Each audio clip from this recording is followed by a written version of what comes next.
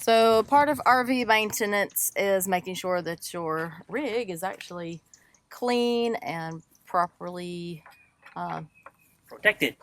Thank you. Let's try that again.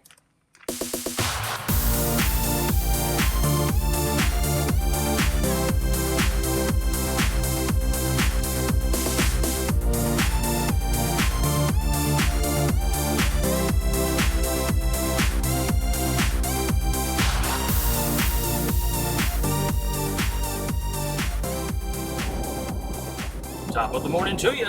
Saturday morning. It is maintenance day. As you may or may not recall, the Falcon, doesn't live with us because we don't have room for him in the backyard. Sadly, no. Yeah, so he's got to stay up at what we call Docking Bay 94, which is Jesse Smoke's place, right, which is about an hour away. So anytime we want to do something like this, it's pretty much a day trip. And anytime we plan a trip, we have to make sure that we keep that in mind because that adds another hour or so to our trip.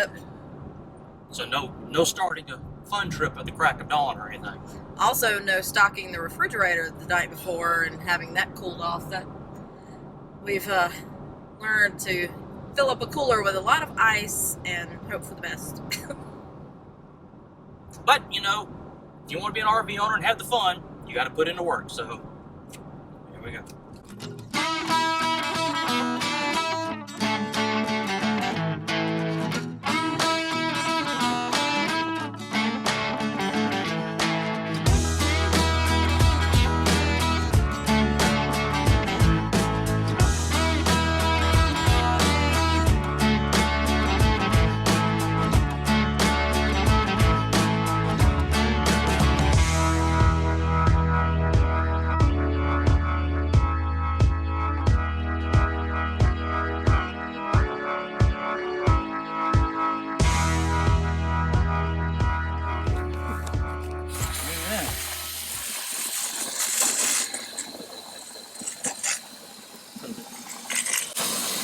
All right, the jug says 1/3 of a gallon.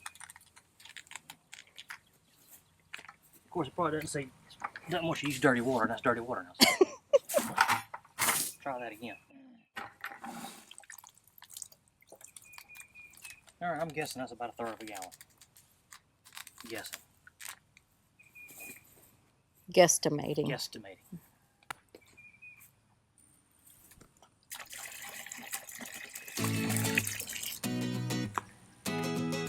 Yep, 1/3 of it. Alright, now comes the fun part.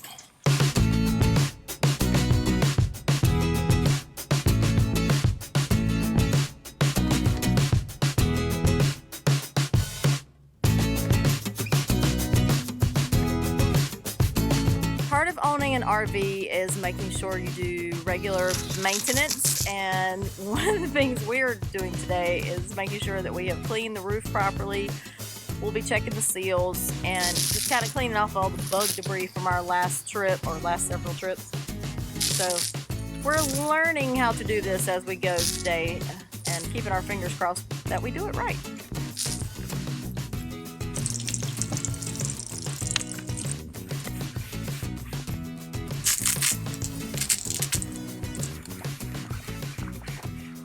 Pulling that fully walkable roof to good use. Can definitely tell a difference. Well, like I said, I'm not as worried about the dirt as I am the UV protection. Mm-hmm. Since it's not sitting beneath a tree all the time, that means it's sitting out in the sun all the time. Right. And we don't want the sealant getting all dry and hard. That's when it starts to crack and break, and as long as it's still kind of tacky, spongy feeling, we should be okay. And this still feels that way.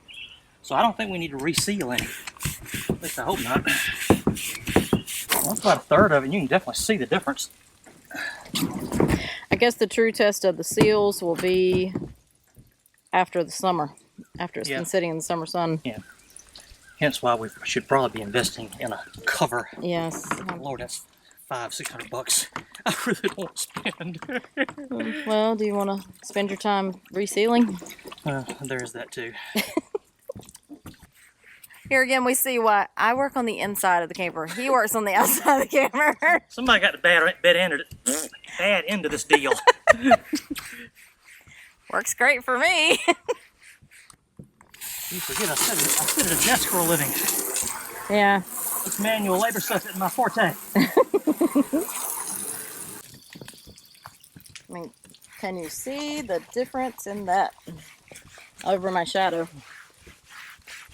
Definitely improvement. And I'm confident that there are RV experts out there who could probably do a whole lot better job than I know how to do. I guess that's the learning part of live and learn. Mm-hmm. So anybody out there that finds fault with my technique, please leave a detailed step-by-step instruction in the comments section below. Another great use for our 5-gallon bucket. There you go. Best tool ever. How's it going, honey?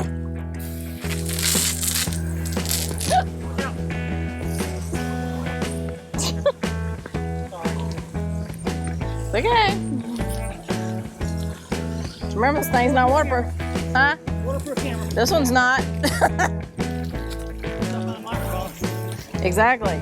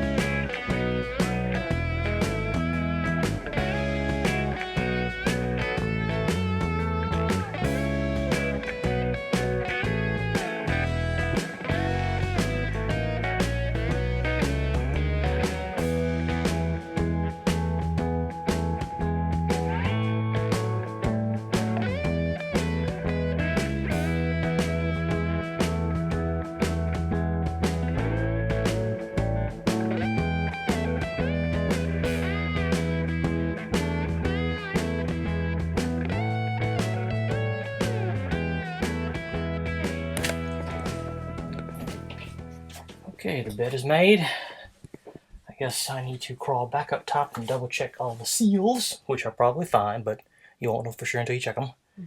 And then I guess that's it. Okay. I think. We'll find out. We may add something else before we go. Or maybe we'll fly the drone.